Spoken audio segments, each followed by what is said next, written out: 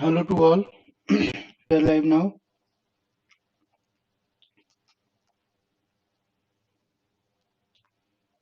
So, if I'm audible and visible both, please let me know. Good evening. Actually, our class ended at 4:10, so it took 10 minutes to reset and restart the class. So don't worry, we will continue by 5:15 around.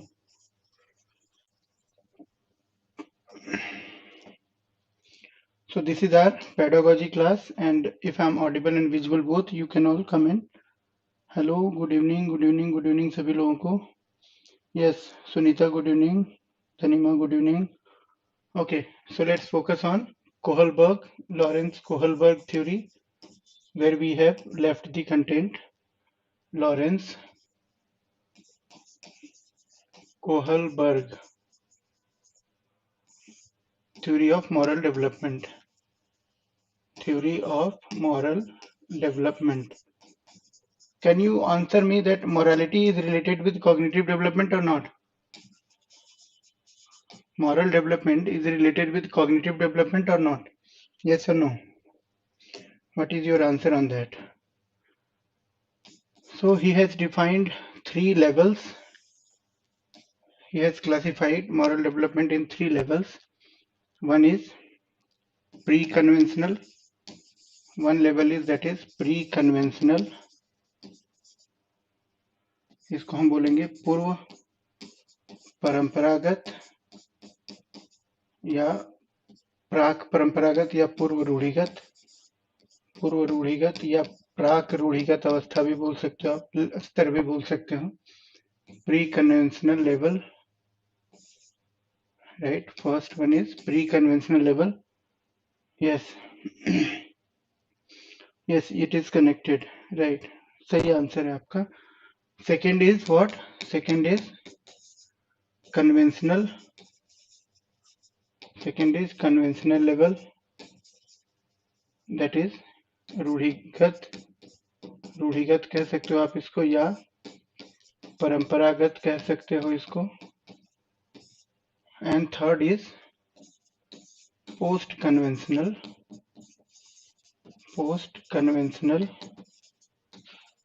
level, that is पश्च रूढ़िगत अवस्था या पश्च परंपरागत स्तर. पश्च परंपरागत स्तर या पश्च रूढ़िगत स्तर, right? This is classified like this. Now, in every classification of his level, he has 2 stages. He has 2 stages in every level. And they are, how many stages? There are 6 stages on the basis of this, right? In this first stage, stage 1 you can say, stage 1 is what? Punishment, obedience,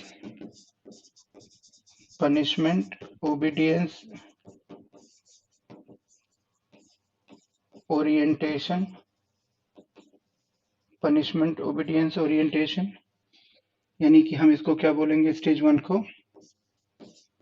दंड आज्ञाकारिता या दंड आज्ञापालन उन्मुखन. आप इसको ऐसे लिख सकते हो, दंड आज्ञापालन उन्मुखता या उन्मुखन, ओरिएंटेशन, राइट? यस नीरज, एक क्वेश्चन डेफिनेटली आता है यहाँ से, बिल्कुल. Second stage is stage 2, that is relativist instrumental orientation, relativist instrumental orientation, right? यानी कि इसको हम लिख सकते हैं, इसको ऐसे कर लो, रिलेटिविस्ट इंस्ट्रूमेंटल रिलेटिविस्ट लिख लो, instrumental correct it, instrumental relativist orientation, this will be more appropriate, यानी कि साधनात्मक सापेक्षवादी उन्मुखता, साधनात्मक सापेक्षवादी उन्मुखता,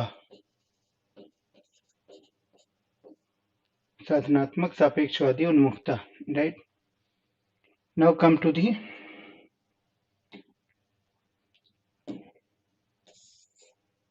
this one, stage 3. This will be stage 3. Stage 3 will be like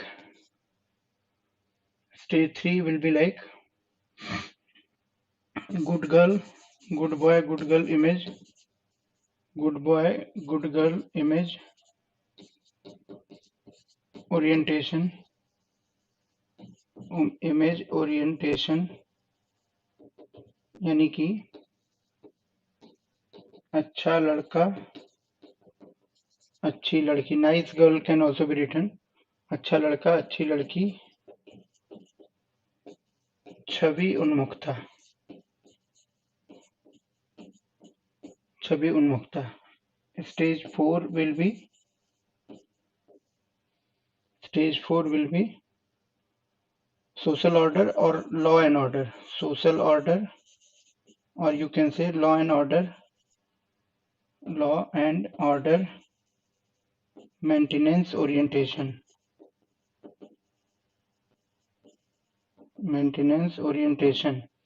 यानी कि सामाजिक या कानून व्यवस्था, सामाजिक व्यवस्था you can write, और कानून व्यवस्था,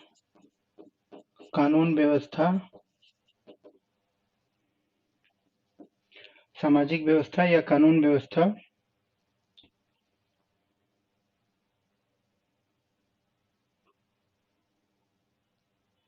संरक्षण उन्मुखता.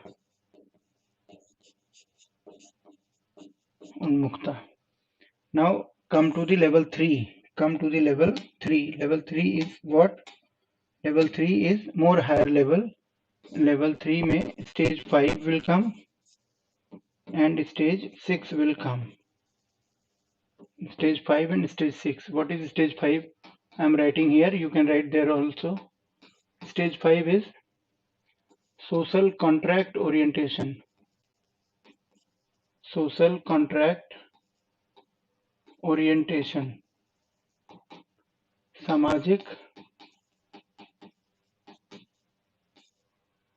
सामाजिक अनुबंधन या सामाजिक अनुबंध उन्मुखता.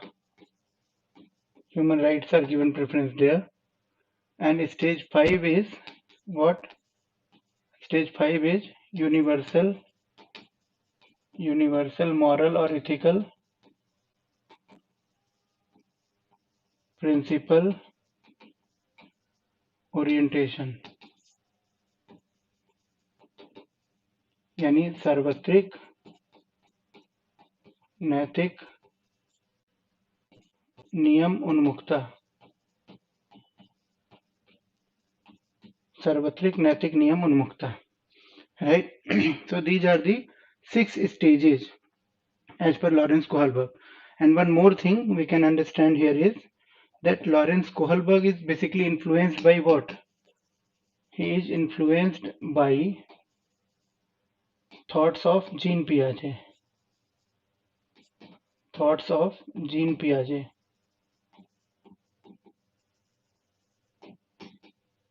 ठीक है, जीन पियाजे के जो नैतिकता पर विचार हैं उससे प्रभावित हैं ये, और ये भी कॉन्स्ट्रक्टिविस्ट थिंकर ही हैं, है ना. जीन पियाजे के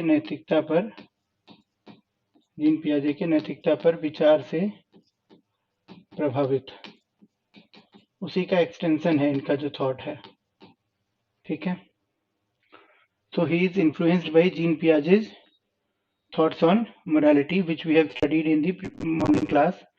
That is heteronomous morality and autonomous morality. तो इनका जो सिद्धांत है वो जीन पियाजे के सिद्धांत से बिल्कुल प्रभावित है, जो हमने सुबह पढ़ा था, है ना. विषम जातीय मतलब परायत नैतिकता और स्वायत्त नैतिकता. लिख लिया सबने? क्लियर है भाई? एक और बात बताओ, which story is very famous about his theory. Which story is very famous about his theory? Can anybody tell me? It is about hinge theory, hinge story, है ना? hinge story is very very famous. जो hinge की कहानी है, hinge की कहानी बहुत ही famous है इनके सिद्धांत के बारे में, है ना? तो हिंज की कहानी किससे संबंधित है? मॉरल डेवलपमेंट थ्योरी से। किसके? लॉरेंस कोहलबर्ग के, राइट? तो ये याद रखना है, फैक्चुअल चीज है, पूछा जा सकता है। Hinge story is very famous about this theory. Clear हुआ सबको? सुनीता, तनीमा, रोशनी, सारे बच्चे बताओ। Anjali, yes hinge, yes sir hinge. Manisha, Neeraj, सभी का आंसर आ रहा है ना? हिंज डिलेमा, बिल्कुल।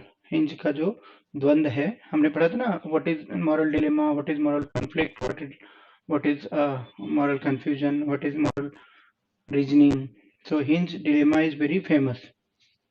He stole medicine. Yes, Neeraj. For her wife. Good. So basically his methodology is what? Let's move forward on another slide. जो ये थ्योरी है ना, कोहलबर्ग की जो थ्योरी है, देखो कोहलबर्ग की जो थ्योरी है ये बेस्ड है किस पर? इंक्वायरी पे, इंक्वायरी बेस्ड इन्वेस्टिगेशंस पे, इंक्वायरी बेस्ड इन्वेस्टिगेशन,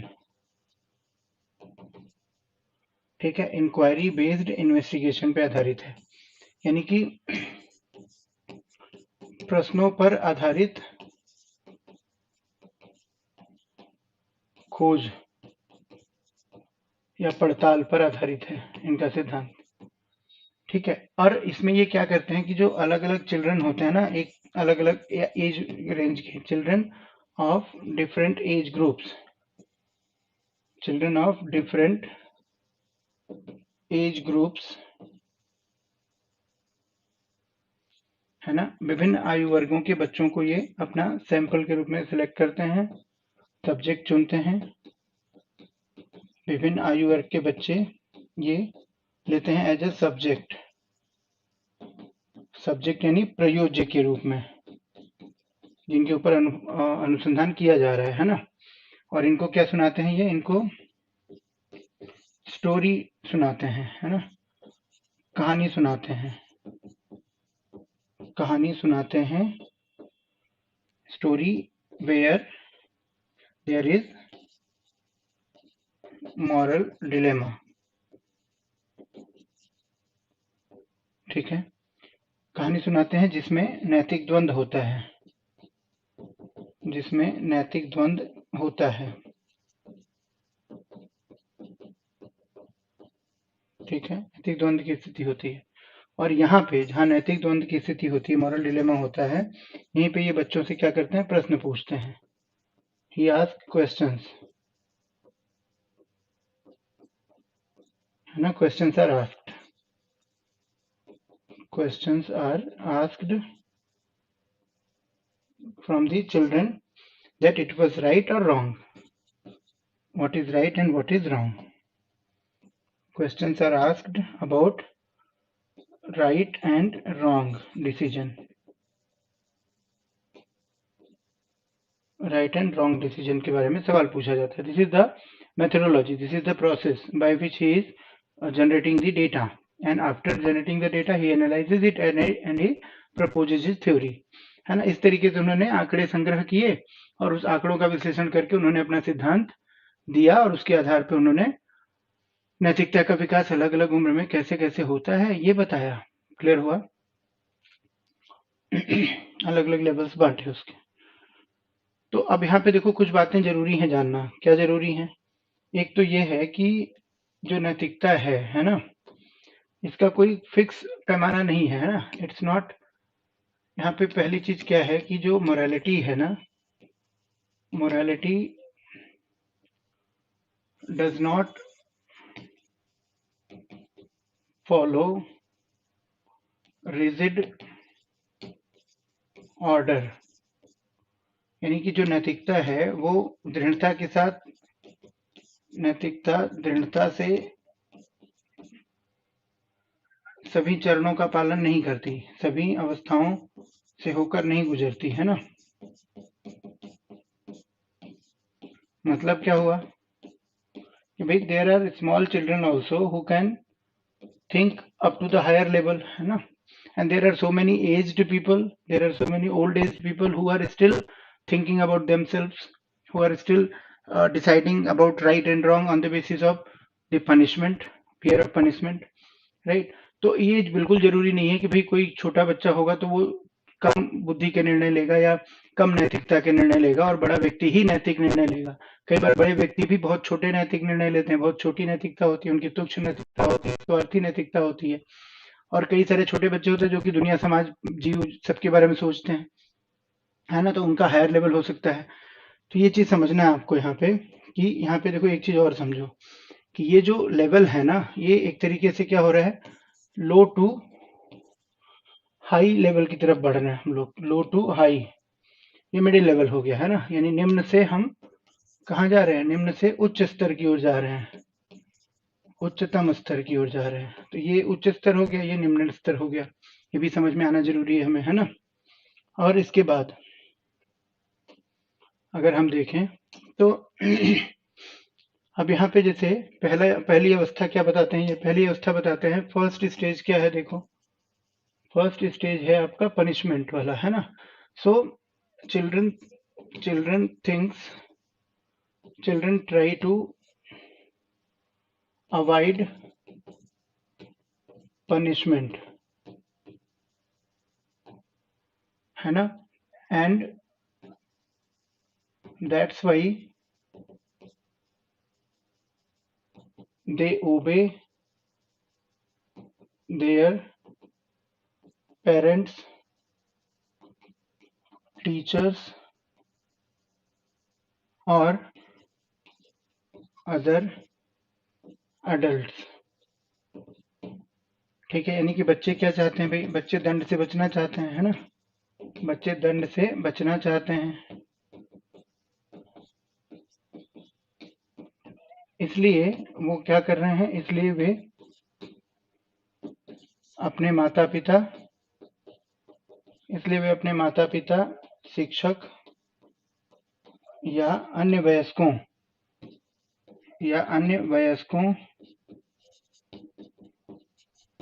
की आज्ञा का पालन करते हैं, अन्य वयस्कों की आज्ञा का पालन करते हैं. आई बात समझ में, अन्य वयस्कों की आज्ञा का पालन करते हैं. And they think that what is moral, moral is what which can save them from physical consequences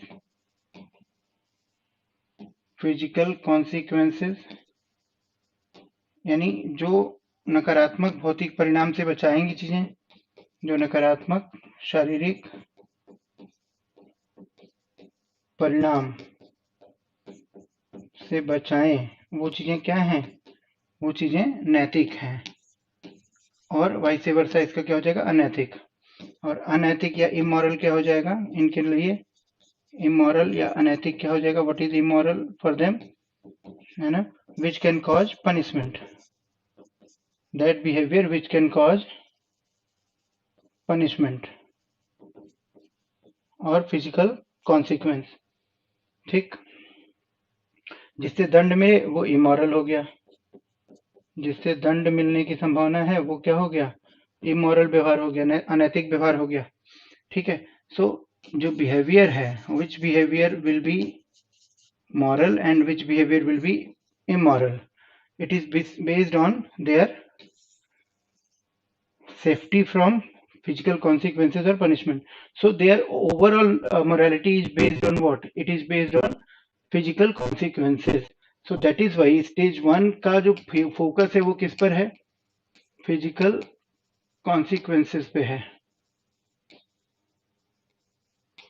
यानी कि शारीरिक प्रभाव क्या पड़ रहा है बच्चे पे उस पर है ना. कि भाई जैसे मान लो दंड मिल रहा है तो वो व्यवहार गलत है, दंड से बच रहा है बच्चा, दंड से बचना संभव हो रहा है जिस व्यवहार से, वो व्यवहार सही है. जैसे भूखा रहना पड़े, ऐसा व्यवहार करने से भूखा रहना पड़े तो वो गलत है. भोजन मिल जाए अपने पसंद का तो वो क्या है, सही हो। तो इस तरीके के निर्णय वो लेता है, ठीक है। इसको हम रियल मोरालिटी कह सकते हैं क्या? Is this a real morality? This is not real morality in a sense, है ना। This is not morality in real sense. इसको हम वास्तविक अर्थों में नैतिकता तो कह ही नहीं सकते, ये तो सेल्फ सेंट्रिक है ना। वास्तविक अर्थों में नैतिकता नहीं माना जा सकता इसको।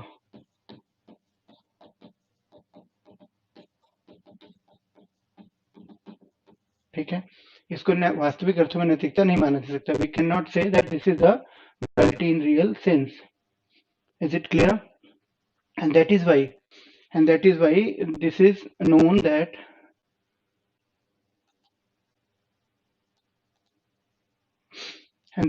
this is known that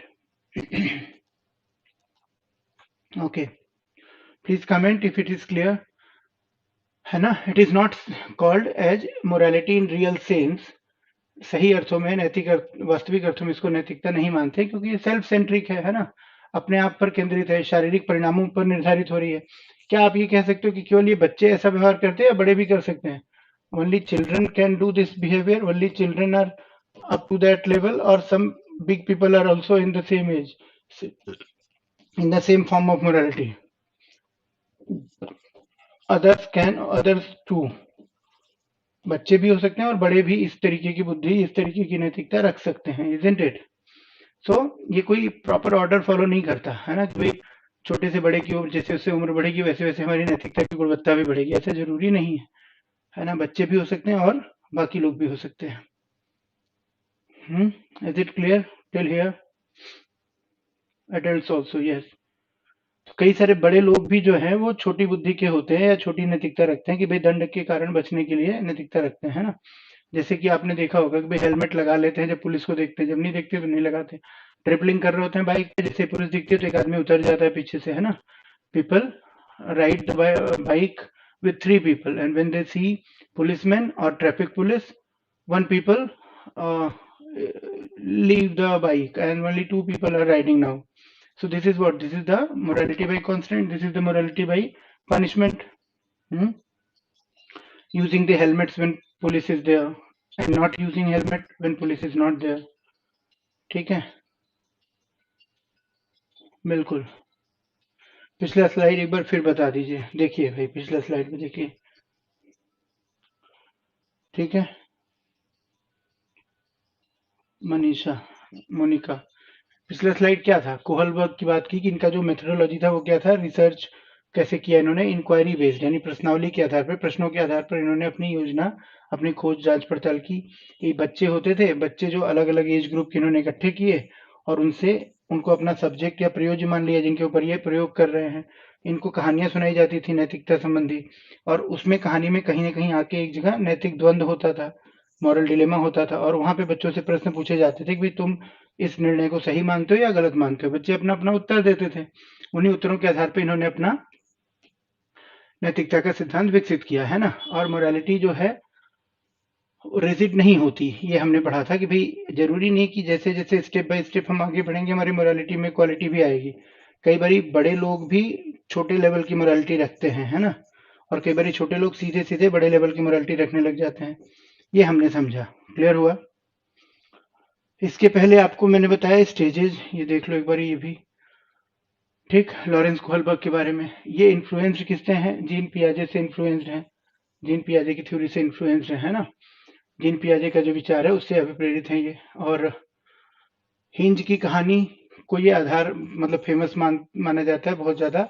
hinge की मॉरल डिलेमा की जो कहानी थी, that is very much famous, in which Heinz is a American person and his wife is very ill, he is suffering with some life threatening disease, है ना। Hinge है, उनकी पत्नी है जो बीमार है, जीवन का संकट है उसके सामने।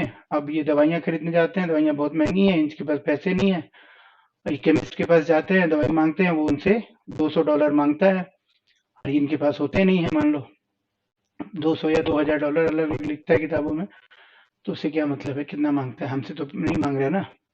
तो देखो, तो ये क्या करते हैं, फिर वापस फिर मेहनत करते हैं, बहुत मेहनत करते हैं, फिर आधा पैसा इकट्ठा करते हैं, $100 इकट्ठा करते हैं मान लो, या $1000 इकट्ठा करते हैं और जाते हैं।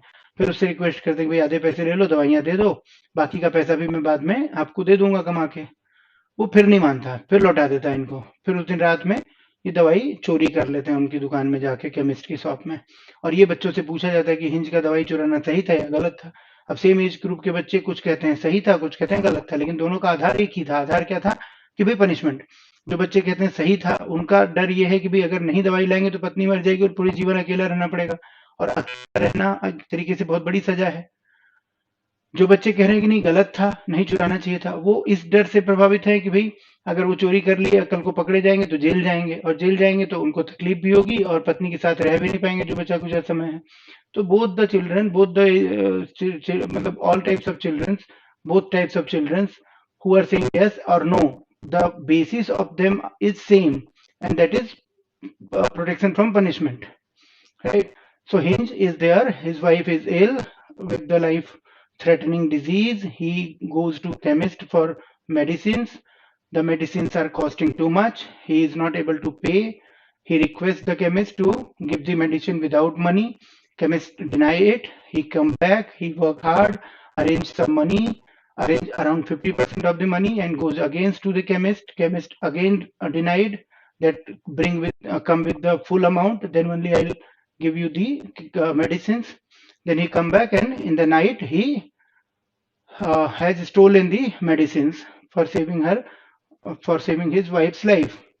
And now the questions are asked from the students that whatever decision he took was right or wrong.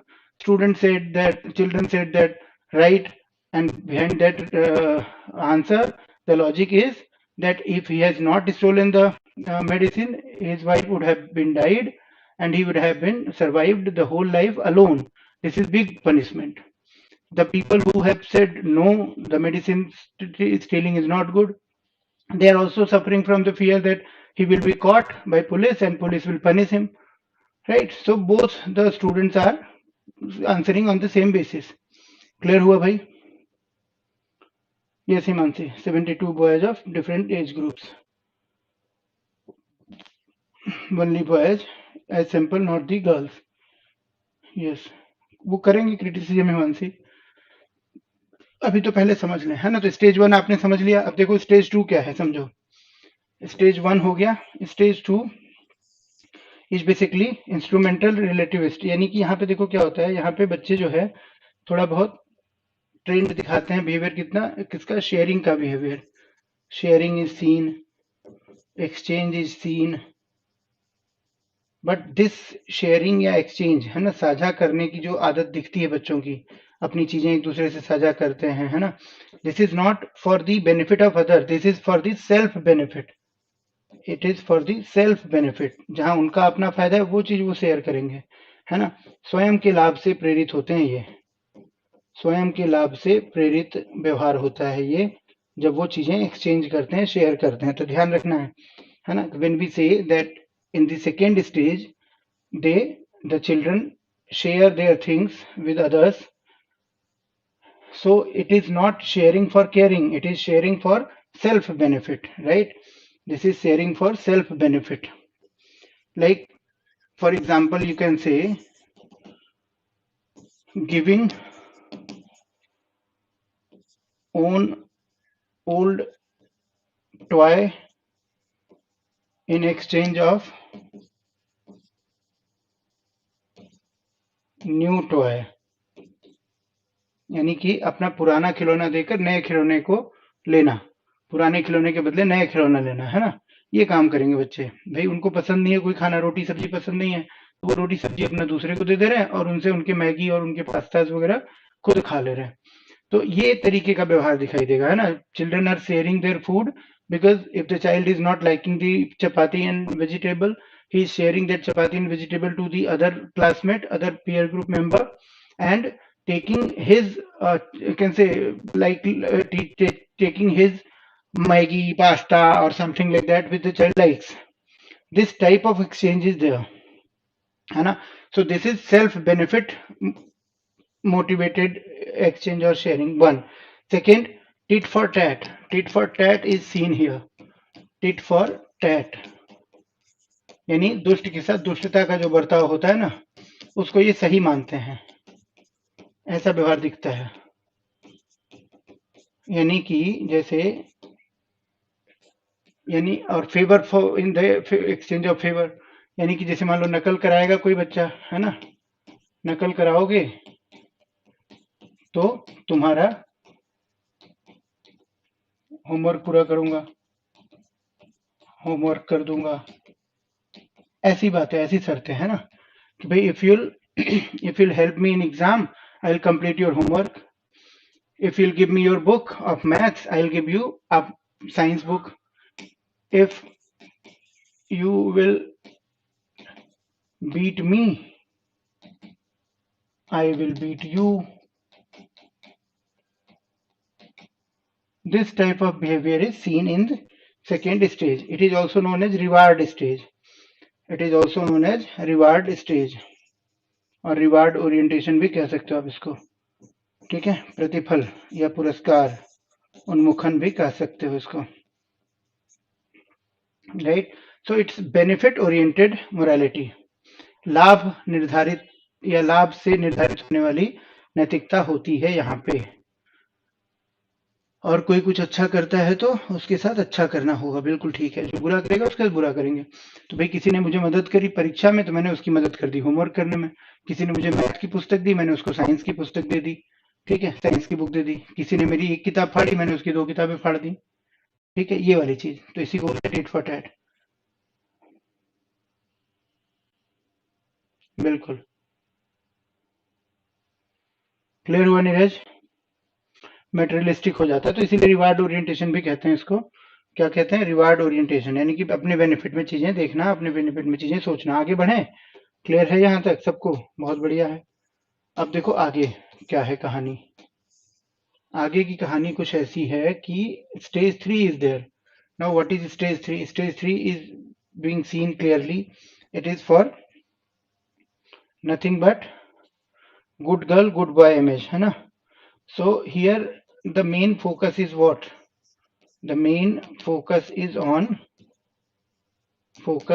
on getting approval, getting approval of society or you can say others, है ना। This is the main focus, यानी कि समाज का या अपने घर परिवार का, समाज की स्वीकृति प्राप्त करना, अपने व्यवहार को समाज का स्वीकरण मिले, इस पे फोकस रहता है, स्वीकृति प्राप्त करना, स्वीकृति प्राप्त करने पर बल। और बचना किससे है, बचना किस चीज से है भाई, बचना है किससे, अस्वीकरण से, रिजेक्शन से, है ना। यानी अवॉइड क्या करना है हमें, what is to be avoided, avoided is rejection, the thing which we need to avoid is rejection. So rejection को अवॉइड करना है और अप्रूवल को हमें प्राप्त करना है, यही फोकस है ना। इसीलिए बच्चा यहाँ पे कौन सा व्यवहार करेगा, वो व्यवहार करेगा, उस व्यवहार को नैतिक मानेगा जिससे हमें क्या मिलेगा, जिससे हमें अप्रूवल मिलेगा, है ना। तो अप्रूवल जिससे मिलेगा वो है नैतिक व्यवहार। देखो जो व्यवहार अप्रूवल दिलाएगा that is moral, which is giving rejection that is immoral. So child is trying to be moral and trying to be good in the class or in the family, है ना। The child is trying to make his image good in other people's eyes, right. यहाँ पे बच्चा क्या चाहता है कि भाई औरों की नजर में उसकी इमेज अच्छी बने, पॉजिटिव बने, बेहतर बने, है ना, और लोग उसकी तारीफ करें, ऐसा चाहता है वो। और वो इस चीज से बचना चाहता है कि भाई लोग उसे रिजेक्ट करें, तो रिजेक्शन जहां पे आएगा, जहां अस्वीकरण आएगा, उसको वो अनैतिक मानेगा, जिससे अस्वीकरण मिले वो अनैतिक है, जिसे स्वीकरण मिले वो क्या है, नैतिक व्यवहार है। तो ऐसे व्यवहार को प्रेरित किया जाएगा, इसके व्यवहार को प्रेरित नहीं किया जाएगा। इससे हमें सीख क्या मिलेगी कि बच्चे के अच्छे व्यवहार को हमेशा प्रोत्साहित करते रहना चाहिए, इससे उसको नैतिक निर्णय लेने में मदद मिलती है ना। It teaches us that if the child is showing good behavior, you need to appreciate him.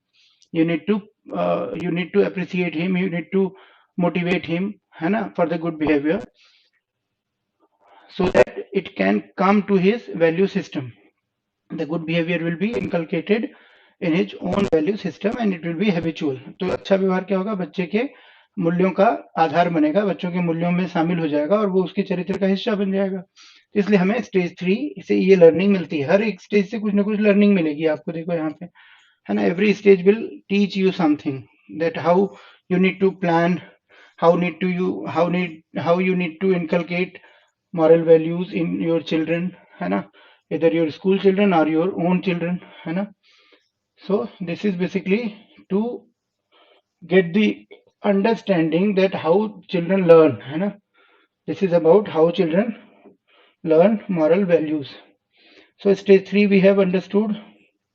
Now what is stage 4? Stage 4 is social order maintenance. Like for example, child wants to be part of social order and want its smooth functioning.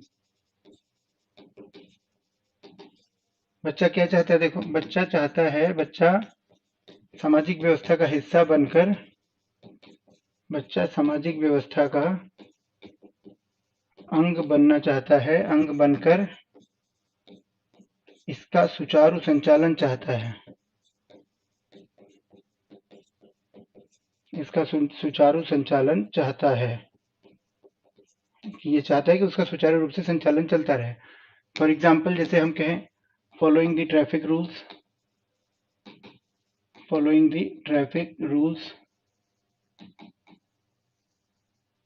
ठीक है, traffic नियमों का पालन करना, traffic नियमों का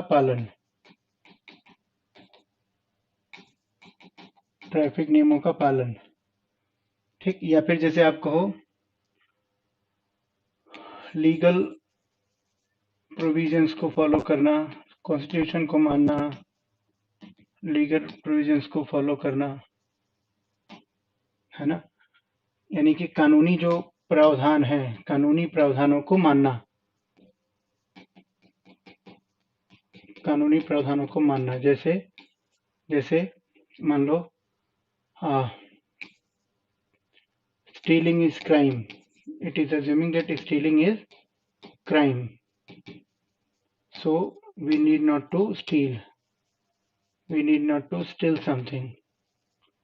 चोरी नहीं करनी चाहिए क्योंकि चोरी करना क्या है? अपराध है. बच्चा ये समझेगा कि भाई चोरी करना क्या है? अपराध है, सजा मिलेगी इससे, तो चोरी करना गलत बात है, नहीं करना चाहिए. चोरी करना अपराध है कानून की नजरों में, इसलिए इसे हमें नहीं करना है ना. इस तरीके की सोच. और एक चीज देखो, इसमें बच्चा क्या करता है? इनिशिएटिव्स लेता है, इनिशिएटिव्स फॉर कम्युनिटी अवेयरनेस, यानी समुदाय की जागरूकता के लिए पहल करना, समुदाय की जागरूकता के लिए पहल करना, स्लोगन लिखना, चार्ट बनाना, टीम का हिस्सा बनना, आगे बढ़कर पार्टिसिपेट करना, ये सारी चीजें है ना. सो इनिशिएटिव्स फॉर कम्युनिटी अवेयरनेस, ये आप लिख सकते हो, पहल करना. जैसे एग्जांपल के तौर पे आप क्या लिख सकते हो? देखो, जैसे let's say we can say cleanliness initiatives हो सकते हैं, सफाई के लिए अवेयरनेस हो सकती है, सफाई के लिए, स्वच्छता के लिए अवेयरनेस हो सकती है ना. और भी तमाम चीजें हो सकती हैं, शिक्षा के लिए हो सकती है, एजुकेशन के लिए अवेयरनेस हो सकती है, गांव में जाना, लोगों को प्रेरित करना शिक्षा के बारे में, है ना, सफाई के बारे में, ये सारी चीजें इसमें आएंगी. Helping old lady crossing the road for appreciation. Yes Neeraj, got it sir, बहुत बढ़िया. क्लियर हो गया? चौथा स्टेज भी आपको है ना. तो फोर्थ स्टेज के अंदर क्या क्या हो गया? जैसे कि ट्रैफिक रूल्स को फॉलो करना हो गया, जेब्रा क्रॉसिंग से ही रोड क्रॉस करना है, लीगल प्रोविजंस को फॉलो करना हो गया, like crime, so we need not to steal. चोरी करना अपराध है, इसलिए हमें चोरी नहीं करनी चाहिए। तो कानून के जो नियम है उनको मानना, लॉ एंड ऑर्डर मेंटेन करना, इसको लॉ एंड ऑर्डर मेंटेनेंस भी बोलते हैं, है ना, लिखा ही हुआ है। लॉ एंड ऑर्डर भी मेंटेन करना इसी में आएगा, ठीक है, social order and law and order, ठीक है। Initiatives for community like cleanliness initiatives हो गए, एजुकेशन हो गया, आगे बढ़ चलकर स्लोगनियरिंग करना, charts banana, posters banana, all that will come under this. Water wastage initiatives में भी दिया, इलेक्ट्रिसिटी कंजर्वेशन इनिशिएटिव में भी दिया, राइट, जंगल कंजर्वेशन में भी दिया, है ना, forest conservation. So all these will come under fourth stage. Now come to the fifth, the third level, which is the fifth stage. Third level or fifth stage. Now you answer me. Uh, as you are moving to the next stage, your morality is going to be intrinsic to extrinsic, or it is going to be extrinsic to intrinsic. What is there? As we are moving, my question is, as we are going ahead with stages of morality of ours going intrinsic to extrinsic, or it is vice versa, extrinsic to intrinsic. What? ये आंतरिक से बाह्य की ओर जा रही है नैतिकता हमारी, या बाह्य से आंतरिक हो रही है?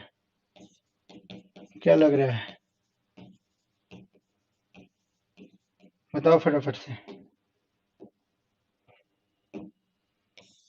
what is you are seeing here, like from stage 1 to stage 4 you have studied, है ना, from stage 1 to stage 6, or you can say from level 1, that is pre-conventional, to level 3, that is post-conventional. How we are moving? Like this, like this. What? Extrinsic से intrinsic, एकदम correct, क्या बात है, मजा आ गया, समझते बहुत सही हो आप लोग, है ना। और ऐसे ही समझाना मेरा काम है, ऐसे ही प्रश्न आएंगे, प्रश्न ऐसे सीधे सीधे नहीं आएंगे, स्टेजेस बताओ चलो, है ना। They are not going to ask you question directly that what are the stages, how many stages, which stage will come after which stage.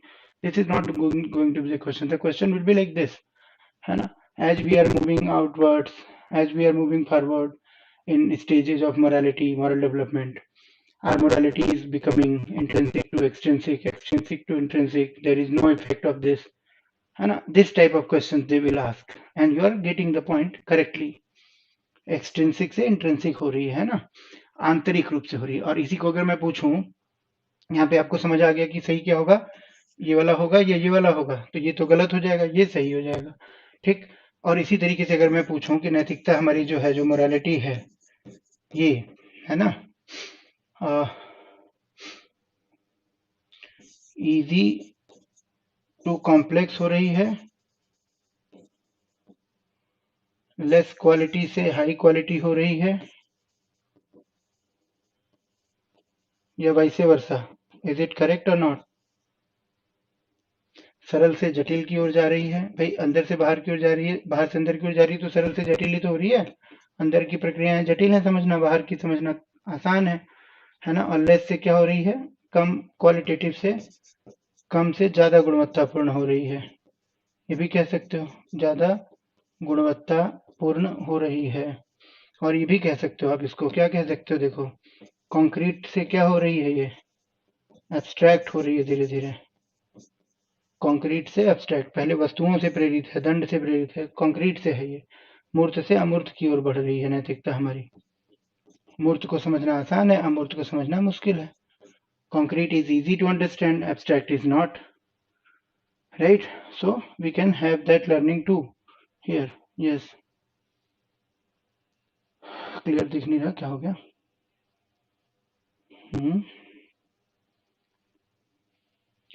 Simple to complex, ठीक है, सही समझ रहे हो आप लोग, बिल्कुल सही समझ रहे हो। अब देखो लास्ट के 2 स्टेजेस बच गए, वो भी पढ़ ही लेते हैं ना। स्टेज 5, लेवल 3, पोस्ट कन्वेंशनल, यानी पश्च परंपरागत या रूढ़िगत। ठीक। What is stage 5? Social contract, orientation, सामाजिक अनुबंध उन्मुखता। Here the child understand, here the child is up to the age of adolescent, है ना। बच्चे की उम्र जो होती है वो किशोरावस्था तक आ जाती है ना। अब यहाँ पे बच्चे को समझ आता है कि भाई सोसाइटी जो है, society is for what? Society is for people और इंडिविजुअल्स, यानी कि समाज जो है वो किसके लिए है? समाज व्यक्तियों के लिए है। ये बात समझ में आ जाती है इसको। व्यक्ति समाज के लिए नहीं है, समाज व्यक्तियों के लिए है। ठीक। तो सोसाइटी इंपॉर्टेंट तो है ही है, लेकिन इंडिविजुअल्स जो है वो भी इंपॉर्टेंट है ना, यानी व्यक्ति भी इंपॉर्टेंट है। ठीक। So main focus is given to individual rights. So main focus is to what? Main focus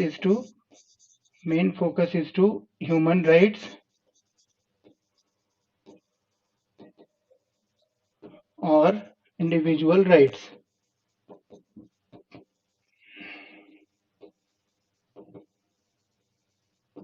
यानी कि जो मुख्य बल है वो किस पर दिया जाता है? जो मुख्य बल है यहाँ पे अब आ जाता है किस पर? मुख्य बल आ जाता है मानवाधिकारों पे, मानवाधिकार या वैयक्तिक अधिकार, इंडिविजुअल राइट्स, वैयक्तिक अधिकारों पर ज्यादा बल होता है यहाँ। ठीक है। So social norms are to make the life better of individuals. It's not that individuals are being hanged by Khap Panchayats and Khap Panchayats are being followed. No, we'll have to oppose the Khap Panchayats if they are like killing the young boys, young girls. It's like that, है ना।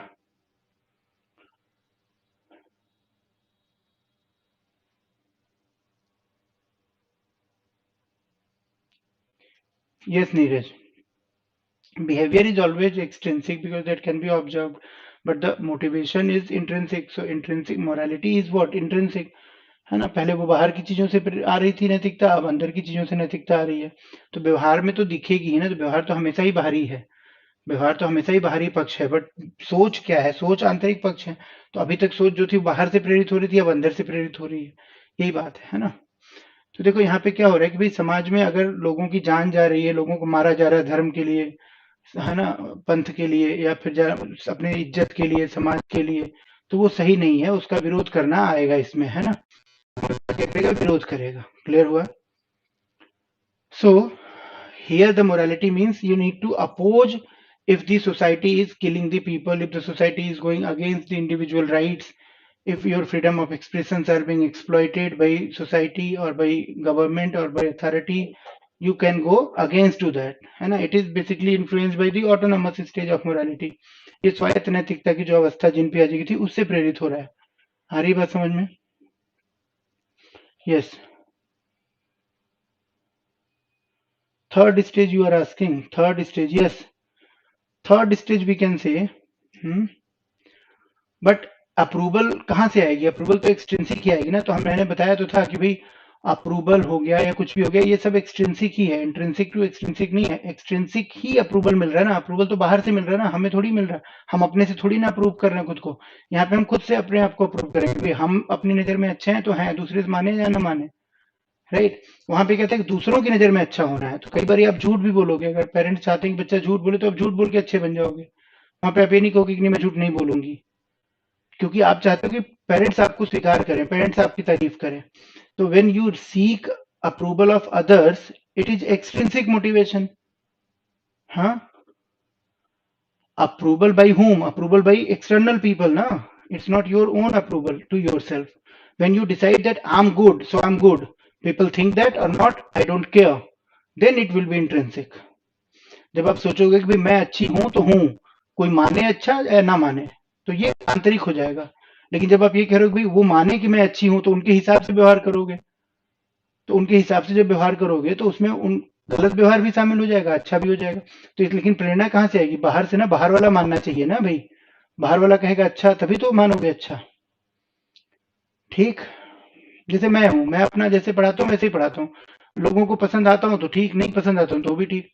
मैं YouTube पे जाके नहीं ना चिल्ला रहा हूँ भाई ऐसे पढ़ो वैसे पढ़ो, 100 मिनट में 200 क्वेश्चन कराऊंगा, नहीं कराऊंगा. मैं 100 मिनट में, आधे घंटे में हम 10 ही क्वेश्चन करेंगे, 15 ही करेंगे, लेकिन वो कंसेप्ट क्लियर करूंगा. जिनको समझ में आएगा वो रुकेंगे, जिनको नहीं समझ आएगा वो चले जाएंगे.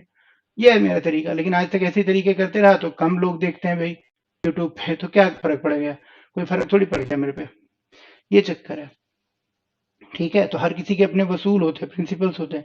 मैंने कभी लिखा था ना कि जमीर की बात करना तो गरीब होना है, अमीर तो आती ही है जमीर बेचकर, है ना. और एक और लाइन लिखी थी मैंने कि होने को मैं भी अदद अमीर हो जाऊं, मसाइल ये है कि कैसे मुर्दा जमीर हो जाऊं. तो ये जमीर की बात जो है ना, वो आंतरिक बात है, वो आएगी नेक्स्ट स्टेज में, 6th स्टेज में. Right. Approval by others. Yes.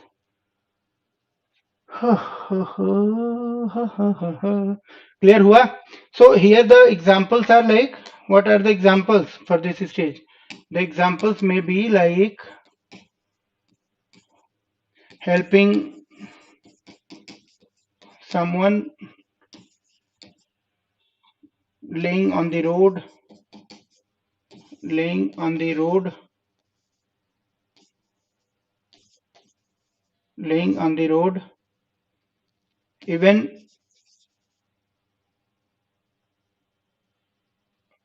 you are getting into trouble. यानी खुद को मुसीबत में डाल के भी दूसरों की मदद करना, ये आ जाएगा इसमें, है ना. तो इसमें क्या आ जाएगा? देखो कई बार होगा कि भाई आप जॉब के लिए जा रहे हो, इंटरव्यूज के लिए जा रहे हो, रास्ते में किसी का एक्सीडेंट हो गया, आप वहां पे अपना इंटरव्यू छोड़ के उसकी मदद कर रहे हो, तो ये क्या है? सोशल कॉन्ट्रैक्ट है. भाई इंडिविजुअल की मदद करना ज्यादा इंपॉर्टेंट है, अपना हित उतना इंपॉर्टेंट नहीं रखा जाता है यहाँ पे, है ना. यहाँ पे क्या हो जाएगा? जैसे कि किसी की मदद करना, किसी की मदद करना जो सड़क पर पड़ा हुआ है, चाहे भले स्वयं मुसीबत में पड़ जाए, या स्वयं को मुसीबत में डालकर, है ना. जैसे आप कह सकते हो कि भाई leaving office to help someone in AIIMS for medication. किसी को इलाज के लिए एम्स में मदद करने के लिए आप अपने ऑफिस से छुट्टी ले रहे हो. ठीक है. ऑफिस से छुट्टी लेना, ऑफिस ना जाना, किस लिए? किसी की मदद करने के लिए जो एम्स में भर्ती है, एम्स में दवाई कराने आया हुआ है भाई. अब उस दिन का एब्सेंट लग रहा है आपका, आपकी सैलरी लॉस हो रही है, बट आप कर रहे हो ऐसा, तो ये आ जाएगा इसमें. ठीक है. और लास्ट स्टेज क्या है? देखो लास्ट स्टेज भी पढ़ लो. लास्ट स्टेज क्या है? लास्ट स्टेज है हमारा स्टेज 6. स्टेज 6 क्या है? Universal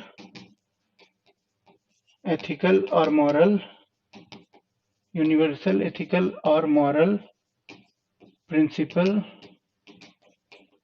orientation. ओरिएंटेशन, है ना. यानी सार्वभौमिक या सार्वभौमिक नैतिक सिद्धांत उन्मुखता. ठीक है. यहाँ पे जो मोरालिटी है वो पूरी तरह से क्या हो जाती है? इंट्रिंसिक हो जाती है. Morality here is totally intrinsic in nature. आंतरिक नैतिकता हो जाती है पूरी तरह से। Morality is based on self conscience, यानी स्वविवेक पर निर्भर। स्वविवेक से, अपने विवेक से आपको जो सही लगता है आप वो करते हो। स्वविवेक पर आधारित नैतिकता है ना। It is part of character here, part of character. wherever whatever you will do it will be seen in your behavior, है ना। that's why it is called universal, part of character। चरित्र का हिस्सा बन जाती है हमारे, ये चरित्र का अंग हो जाती है, ठीक है। चरित्र का क्या हो जाती है, अंग हो जाती है। और यहाँ पे जो अदर्स के पॉइंट ऑफ व्यू है वो मैटर नहीं करते आपको, आप अपनी नजरों से सही होने चाहिए, है ना। You need to be good at your heart, है ना। Other peoples opinions does not matter. You want to propagate, you want that others should follow this also। आप अपने जैसी नैतिकता की अपेक्षा औरों से भी करते हो, औरों से भी करते हो, ठीक है। ये हो गया सार्वभौमिक के अंदर कि आप इसको क्या चाह रहे हो, यूनिवर्सल बनाना चाह रहे हो, यानी कि सभी लोग ऐसे ही हो जाएं, है ना। सभी लोग ऐसे ही हो जाएं, औरों से भी आप ऐसा ही एक्सपेक्ट कर रहे हो, you are wanting other people to be same, ठीक है। So it is becoming universal in nature and it is totally intrinsic based on our self conscience, यानी कि अपने स्व विवेक, अपनी बुद्धि पर आधारित होता है। जो हमें ठीक लगता है वो हम करते हैं, कहने का मतलब ये है, ठीक है। यहाँ पे जैसे मान लो going against the government, going against the going against the government और सोसाइटी इफ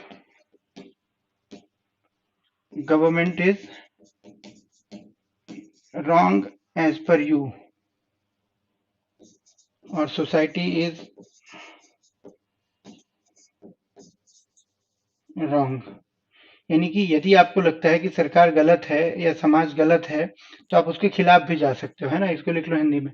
यदि आपको लगता है कि समाज या सरकार गलत कर रही है, करप्ट है ना, कुछ अनैतिक काम कर रही है, किसी का जबरदस्ती नुकसान कर रही है, लोगों के हितों का उल्लंघन कर रही है, तो आप उसके खिलाफ भी जाके नारेबाजी करोगे, विद्रोह करोगे। जैसे एग्जाम्पल इसका क्या हो सकता है, देखो इसका एग्जाम्पल हो सकता है जैसे फार्मर्स मूवमेंट, जैसे फार्मर्स मूवमेंट। अब कई लोगों ने फार्मर्स मूवमेंट को सपोर्ट किया, उन्हें लगा कि भाई किसान जो है वो सही है। जैसे किसानों का जो आंदोलन था उसको किसानों ने तो जो भी उद्देश्य से किया हो, लेकिन कई लोगों ने जो उसके पार्ट नहीं थे उन्होंने भी उसको सपोर्ट किया, है ना। किसानों का आंदोलन जो था उसको सपोर्ट करना, सरकार के विरोध में जाके ही तो सपोर्ट कर रहे हो। या फिर जैसे मान लो आप कह सकते हो जैसे कि जो निर्भया केस था, निर्भया केस में सरकार के खिलाफ प्रदर्शन करना, है ना। Nirbhaya case in Delhi rape and murder case, Nirbhaya case में जो मूवमेंट हुए, जो प्रदर्शन हुए, है ना।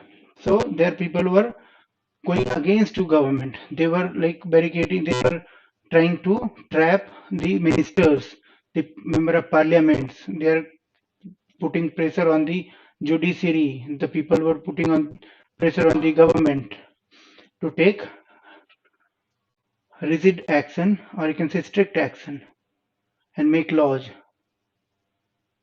सैनिक आएंगे, ग्रेट पर्सनालिटी, बिल्कुल स्पिरिचुअलिज्म, ये सब चीजें आएंगी इसमें, और ये भी चीजें आएंगी, है ना।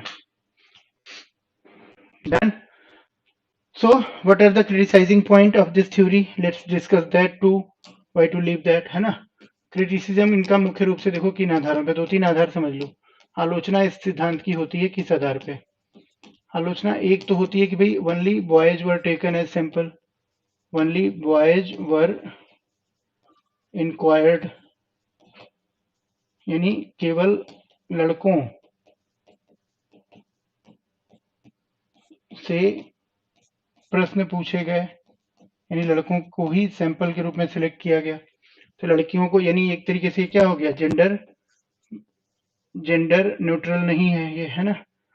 This is not gender neutrality, no, gender bias हो सकता है ये, है ना, जो सिद्धांत है। दूसरा, only European culture is considered, क्योंकि वहीं के बच्चे लिए गए, है ना, यूरोपियन अमेरिकन, है ना, European American culture is considered, यानी केवल अमेरिकी यूरोपीय संस्कृति को शामिल किया गया, जबकि आप जानते हो कि morality is heavily influenced by cultural values, and it is not cross cultural है क्या ये सिद्धांत? नहीं है, क्रॉस कल्चरल नहीं है, है ना। इसको हम क्रॉस सांस्कृतिक नहीं मान सकते। क्यों? क्योंकि इसमें क्या हो गया, क्योंकि इसमें एशियन कल्चर्स की उपेक्षा की गई एक तरीके से। Asian culture is ignored. हर जगह की कल्चर अलग अलग होती है भाई, ठीक है। Asian culture is ignored. बहुत साइंटिफिक एविडेंसेस नहीं है, नो सच साइंटिफिक एविडेंस या लैक ऑफ साइंटिफिक एविडेंस। बच्चों से पूछकर उनके मत जाने गए हैं, और वो बच्चों के मत जो होते हैं वो इंट्रोस्पेक्शन जैसे ही तो हैं। It's when you are asking the children are responding, that response is genuine one, that has a scientific proof. How can you say that? So it's not scientifically proved, है ना, no such scientific evidence, यानी कि बहुत कुछ खास वैज्ञानिक साक्ष्य नहीं है इसको प्रूव करने के, कुछ खास वैज्ञानिक साक्ष्य नहीं। तो ये सब इसकी क्या है, कमियां हैं, ठीक। नो सच साइंटिफिक प्रूफ्स, क्योंकि you are asking the children and children are giving their opinions, you are on the basis of their opinions you are making a law, you are making a theory. How can you prove that the students are responding well, they are answering the truth? How can you say that they are not answering manipulatively, है ना? They may answer you something and they think something else. It is like introspection, है ना। ये भी introspection जैसा ही तो है कि भाई जो बच्चे कह रहे हैं वो सही ही कह रहे हैं, अपनी सही ही बात बता रहे हैं, कोई गारंटी तो है नहीं। बच्चों से ही पूछकर तो जान रहे हो आप, इसका कोई बाहर से तो प्रदर्शन नहीं है। अब बच्चे जो कह रहे हैं अपने उत्तर के रूप में, वो सही कह रहे हैं या गलत कह रहे हैं, अपनी सही बात बता रहे हैं या गलत बात बता रहे हैं, आप कैसे प्रूव करोगे? तो ये भी तो अंतर्निरीक्षण विधि जो स्ट्रक्चरलिज्म में थी, संरचनावाद में थी, उसी की जैसा हो गया ना। तो ये सारी चीजें, जेंडर बायस बोल सकते हो, कल्चरल बायस बोल सकते हो, इसके अंदर है। और साइंटिफिक एविडेंसेस की कमी है, कोई प्रॉपर ऑर्डर नहीं है। कोई भी बच्चा छोटी उम्र का बड़े लेवल की नैतिकता रख सकता है, और बड़े लेवल का आदमी भी छोटे स्तर की नैतिकता भी रख सकता है। Any child of smaller age can have the high level of morality, and any person of the upper age can have the low level of morality. So there is no scientific order or sequence of that, है ना। So these are the some criticisms. I think it's clear. If yes, then answer. समझ आया भाई सबको ये theory भी? अब हमारी थ्योरी वाला पार्ट हम रोक देंगे यहाँ पे, मेन थ्योरीज हमने सारी कर ली हैं, कुछ छोटी बहुत थ्योरीज रह गई तो लास्ट में देखेंगे, एक क्लास लगा लेंगे, उसमें हम ब्रीफ कर लेंगे स्लाइड के थ्रू, है ना, बहुत ज्यादा नहीं। अब हम सीधे चलेंगे जो नया सिलेबस ऐड हुआ है उसके अंदर, है ना। अगली क्लास जब भी हमारी होएगी, आज या कल में, उसमें हम लोग क्या करेंगे, उसमें हम लोग कल ही होगी, आज तो नहीं होगी, आज हो गई ऑलरेडी 4 क्लास, है ना। तो अगली क्लास में हम लोग क्या करेंगे, we will start the new topic of the new syllabus, that will be NPE, RTE, right, and FLN, है ना, foundational numbers literacy and numbers, foundational literacy and numbers, FLN, है ना। School planning, school management, school leadership, ये सारे topics हम लोग पहले करेंगे। Then assessment evaluation, inclusive education and curriculum, बस। तो we will try to complete it by 7th। Intrinsic and extrinsic not clear in level 2, why Anjali? Self what is the basic? Level 2 में नहीं था, वो सब में है। इंट्रिंसिक एंड एक्सट्रिंसिक का मतलब क्या है? देखो यहाँ पे इंट्रिंसिक और एक्सट्रिंसिक का मतलब ये है, इंट्रिंसिक का मतलब होता है भाई आंतरिक रूप से प्रेरित हो, जो आंतरिक रूप से प्रेरित, मोटिवेटेड इंट्रिंसिकली। और एक्सट्रिंसिक का मतलब क्या होता है? जो बाह्य रूप से प्रेरित हो, बाहर से प्रेरित, है ना। अब आप देखो, जैसे आप कह रहे हो स्टेज 1 है, स्टेज 1 में दंड से बच्चा आज्ञा पालन कर रहा है। दंड क्या है? दंड बाहर से ही तो मिल रहा है उसको, बाहरी उपादान है, बाहरी स्टिमुलस है ना। या जैसे मान लो दूसरा स्टेज देखो, दूसरा स्टेज क्या है? अपना हित है। दूसरा स्टेज क्या है? लाभ है अपना, या पुरस्कार है ना, मटेरियल है, पदार्थ है। ये क्या है? ये भी बाहर से मिलने वाली चीज है, इससे प्रेरित हो रहा है। स्टेज 3 देखो, स्टेज थ्री क्या है? अप्रूवल की बात है, गुड इमेज की बात है। अप्रूवल यानी अनुमोदन। अनुमोदन कहाँ से मिलता है? बाहर के लोग ही तो देते हैं। जैसे आपका प्रिंसिपल आपको अप्रिसिएट कर रहा है, तो वो प्रिंसिपल अप्रिसिएट कर रहा है तब आप मोटिवेट हो रहे हैं ना, उस व्यवहार को आप कर रहे हो जिससे प्रिंसिपल अप्रूवल दे, आपको अप्रूव करे, आपकी बात माने, है ना। तो अप्रूवल या अनुमोदन क्या हो गया? एक तरीके से ये भी बाहरी हो गया, है ना। यानी कि गुड इमेज जो है हमारी, गुड इमेज किसकी नजर में चाहिए? अपनी नजर में या दूसरों की नजर में? दूसरों की नजर में। दूसरों की नजर में अच्छी इमेज बनाने की कोशिश है ना। Being good in others eyes. तो ये भी क्या हो गया? एक्सटेंसिक हो गया। अब धीरे धीरे आप क्या कर रहे हो कि भाई अब आप सोशल ऑर्डर मेंटेन करना चाहते हो, तो सोशल ऑर्डर मेंटेन करना चाहते हो या लॉ एंड ऑर्डर मेंटेन करना चाहते हो, लॉ एंड ऑर्डर मेंटेन करना चाहते हो। अब ये social and law and order क्या है तो इंट्रिंसिक है, सॉरी है तो एक्सट्रिंसिक। पहले से है, ये बाहर से है, समाज की मान्यताएं हैं, कानून के नियम है ना। तो बाहरी तो है ये, एक्सट्रिंसिक तो है, लेकिन इसको मानने की इच्छा जो है हमारी अपनी हो रही है। मानने की इच्छा क्या हो रही है? इसकी अपनी हो रही है। तो अब एक्सट्रिंसिक से धीरे धीरे इंट्रिंसिक की तरफ हम बढ़ रहे हैं, है ना। एक्सट्रिंसिक से क्या हो रहा है? इंट्रिंसिक की तरफ बढ़ रहे हैं। वी वांट, यहाँ पे क्या आ गया? We want that society should smoothly run. We want the society to be smooth, the law and order should be maintained, society should run smoothly. तो ये वांट क्या है? आंतरिक है। चाहत क्या है? हमारी आंतरिक है। हाँ, नियम कायदे जो है वो बाहर के हैं। अब धीरे धीरे क्या हो रहा है? धीरे धीरे आप देखो, जब आप स्टेज 4 में जा रहे हो, तो स्टेज 4 में क्या हो रहा है? आप हेल्प करने की बात कर रहे हो, हेल्प करके आपको सेटिस्फेक्शन मिल रहा है। तो यहाँ पे कोई आपको पुरस्कार थोड़ी मिल रहा है, कोई आपकी तारीफ करे ना करे, बट आप हेल्प कर रहे हो। तारीफ ना भी करे तब भी आप हेल्प कर रहे हो, ठीक है। आपको कोई पुरस्कार न दे, तारीफ ना भी करे, तो भी आप हेल्प कर रहे हो। तो ये क्या हो गया? इंट्रिंसिक हो गया। और अंतिम में तो पूरी तरह से इंट्रिंसिक हो गया जब हम कह रहे हैं स्टेज 6 में।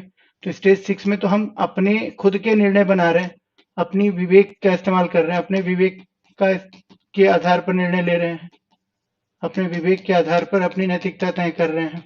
बाहर की दुनिया से हमें लेना देना ही नहीं है ना। यह पूरी तरह से इंट्रिंसिक हो गया। तो हमने क्या कहा कि धीरे धीरे हम बाहर से प्रेरित होते होते अंदर से प्रेरित हो रहे हैं। यानी कि जैसे जैसे आप हायर लेवल पे जाओगे कॉग्निशन की, आप self motivated, self अवेयर्ड, self made rules को फॉलो करोगे, है ना। सेल्फ रेगुलेशन आएगा।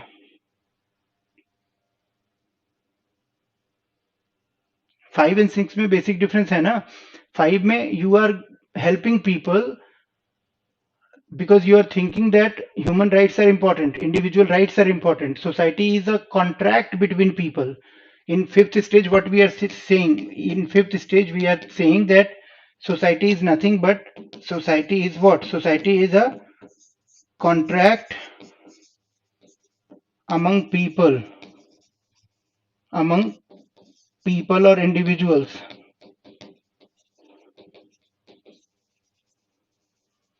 right? यानी कि सोसाइटी जो है, समाज जो है, एक तरीके से क्या है? एक अनुबंध है लोगों का।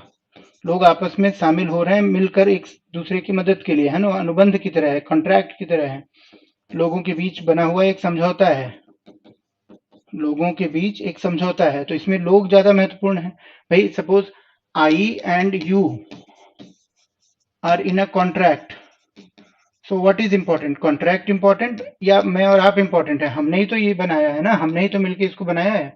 तो सोसाइटी को इंडिविजुअल्स ने बनाया, तो सोसाइटी से ज्यादा महत्व किसको मिलना चाहिए? इंडिविजुअल राइट्स को मिलना चाहिए। सामाजिक मान्यताओं से ज्यादा महत्वपूर्ण है व्यक्ति का जीवन, व्यक्ति की स्वतंत्रता, व्यक्ति की गरिमापूर्ण जिंदगी, है ना, ये सारी चीजें। तो व्यक्ति का मदद करना, व्यक्ति के अधिकारों की रक्षा करना, व्यक्ति की जान की रक्षा करना ज्यादा इंपॉर्टेंट हो जाएगा। और यहाँ पे क्या होगा, यहाँ पे हम अपने मॉरल प्रिंसिपल्स को जो हम अपने अंदर से बना रहे हैं, अपनी समझ के आधार बना रहे हैं, उसको फैलाने की कोशिश कर रहे हैं। ये डिफरेंस है ना। शांत, आई थिंक क्लियर हो गया सबको, सारे डाउट्स, है ना। इंटेलिजेंस की थ्योरी है क्या? सिलेबस में नहीं है डायरेक्टली, बट आ सकती है थोड़े बहुत सवाल, तो पढ़ लेंगे हम लोग, वो भी देख लेंगे। थ्योरीज वाला काम करेंगे लास्ट के 2 क्लास में, अभी रोकेंगे, है ना। थ्योरीज तो बहुत है, अनगिनत है, कितनी पढ़ोगे, है ना। इंटेलिजेंस पे भी थ्योरीज हैं, मोटिवेशन पे भी थ्योरीज हैं, एरिक्सन की थ्योरी है, दुनिया भर की थ्योरीज हैं। थ्योरीज पे ज्यादा क्वेश्चन आएंगे नहीं, जितने आएंगे उतनी समझ आपकी बन चुकी है। कुछ और आएंगे तो हम पढ़ेंगे लास्ट में 2 क्लास में, 2-3 जो भी क्लासेस हमें लास्ट में मिलेंगी। पहले मुख्य सिलेबस कर लेते हैं। Let's first finish the main syllabus which is given, and then the time will be there. If time will be there, we will complete other theories also, right? So I may say you goodbye now. Thank you so much, take care, bye bye, be happy. Get connected at 10 p.m. for the YouTube live session for pedagogy questions only. It would be only pedagogy questions today at 10 p.m. night on YouTube. Today night 10 p.m. because today evening class is not there, pedagogy class. So we are going to be live at 10 p.m. on the YouTube. So get connected there.